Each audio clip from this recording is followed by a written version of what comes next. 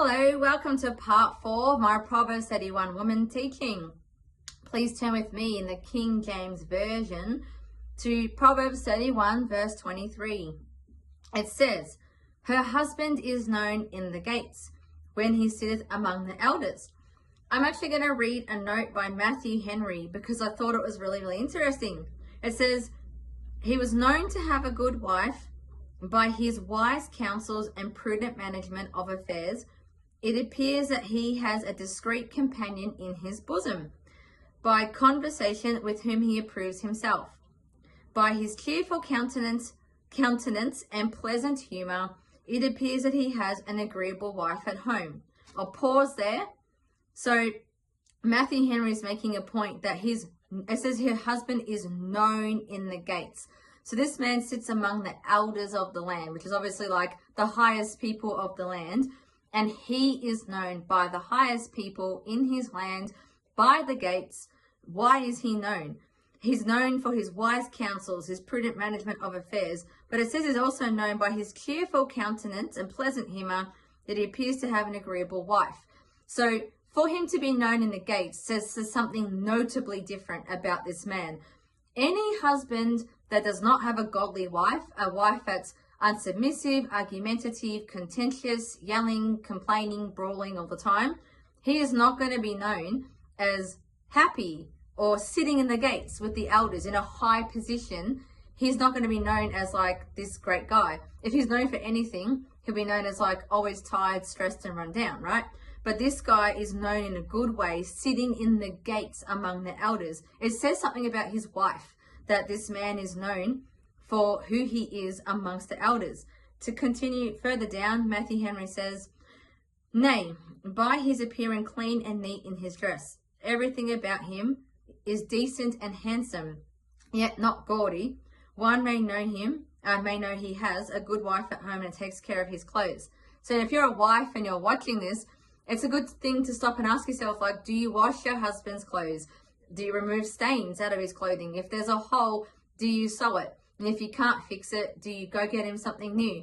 Does he have deodorant, clean underwear? Does he have soap in the shower or shampoo, cologne? Things where he can look nice, smell nice, and be presentable. Because if a wife isn't taking care of those things, men aren't generally going to go putting on loads of washing clothes and sewing up holes. They're working, they're busy, they're tired. It's not really a man's role to do those things.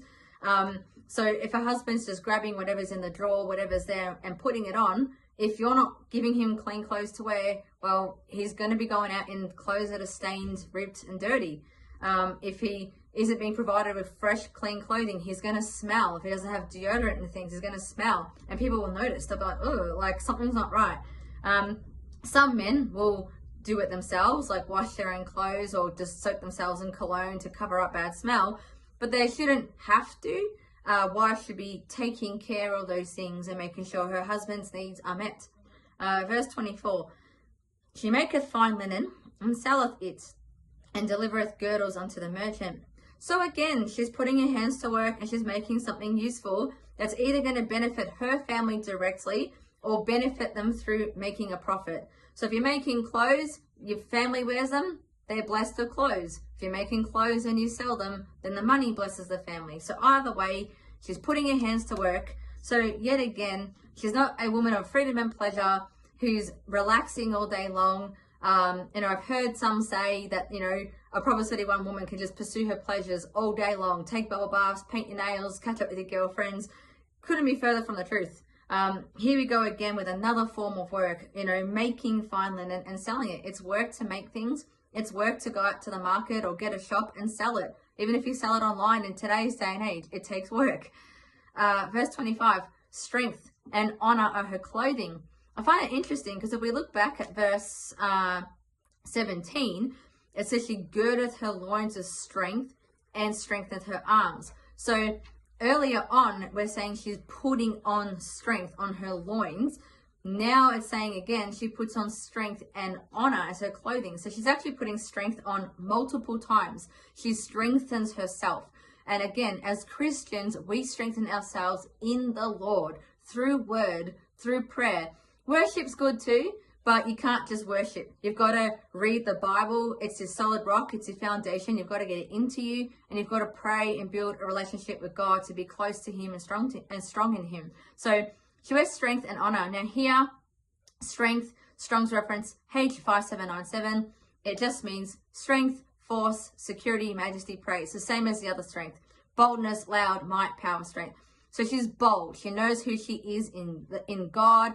She knows her worth, her value. She knows her place as a woman, as a wife. She's a woman of power and security. So we've established that. Honor. Okay, honor. It's H1926, Strong's reference. It means magnificence. So not magnificence necessarily as in like she's walking around putting herself on display in like a fancy dress and jewelry and a ton of makeup. But magnificence, like she's displaying the glory of God. She's a godly woman. She's magnificent because she would be beautiful. She's wearing silk or purple or beautiful clothing. Of course, she would do her hair nicely. She'd present herself well.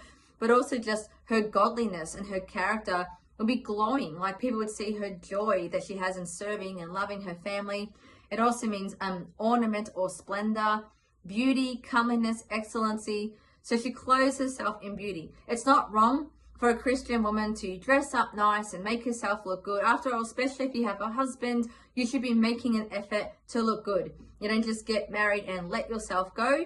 Your husband married you because he enjoyed looking at you and loved you. You don't then just let it all go and make no effort anymore. She's allowed to make herself beautiful, but beauty should definitely not be a center focus. It's the cherry on top. Her heart is what's important. Her heart being godly and virtuous, and her character, and then also making an effort to look beautiful in a beautiful dress or nice hair or makeup, something nice her husband can enjoy looking at, and she can feel confident and good about herself and secure. Honor also means comeliness, excellency, glorious, glory, goodly, honor, and majesty. So it's okay to dress up. It's okay to look nice, but it's not the main focus. Notice over and over, it's talking about her virtue, her strength. She's a godly woman her husband can trust. She does him good. It's not the focus, but yes, a godly woman can dress up nice. She shall rejoice in time to come. So this woman will rejoice in time to come because she's making right choices. She's choosing to be godly. She's choosing to walk in her role as a wife and as a mum. She's choosing to be busy and put her hands to work. You know, I don't know anyone who's ever worked really hard to like have a business and pay off their mortgage really fast to turn around and go, I really regret working so hard and paying off my mortgage.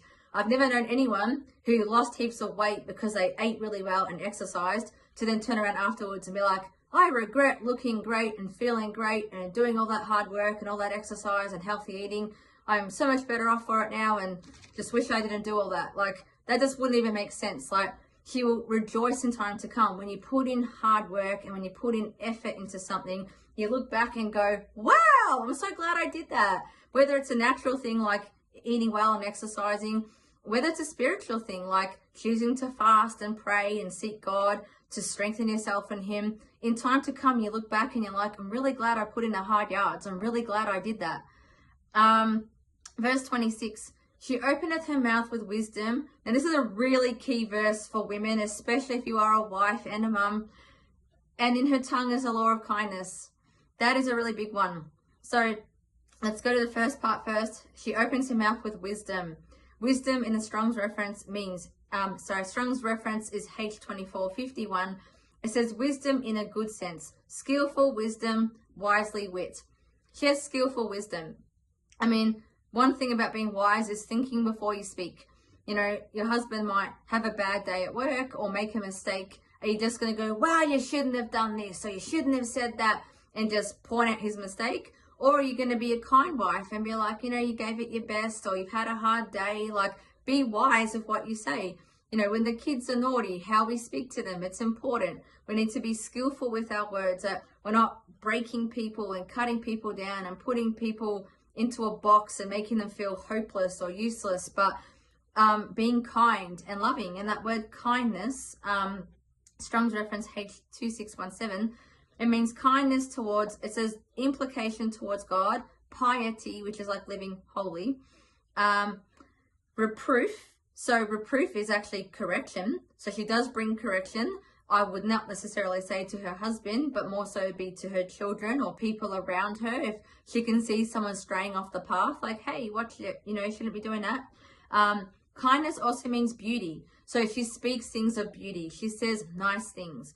Favor and good, kind, loving, merciful, mercy, pity, and it says reproach, wicked thing.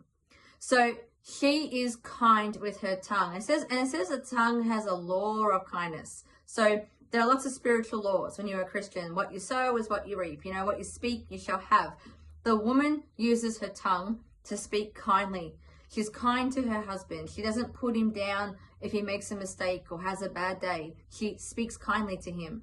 She's kind to others around her, like helping the poor or helping the needy. It doesn't mean she doesn't rebuke her kids when they're naughty. Like one of the meanings of kindness was reproof. Some people say, oh, you're unloving and you're unkind if you tell people off or tell people they're wrong. Actually, it's unkind and unloving not to tell somebody when they're wrong. If your kid was going to run in front of the road, in front of a car on the road, it'd be unkind not to yell, stop, and try to stop them. So people need correction and rebuke. That is love and kindness. But what we're speaking about here is this woman is kind and she is wise. So she knows the balance. She knows when to speak, when to hold back, or what to say, how to say it. She's a good wife and she builds her family up with her tongue. Remember, your words will build or break a person. So how we use our tongue is actually extremely important. All right, that's the end of part 4 of Proverbs 31 Woman.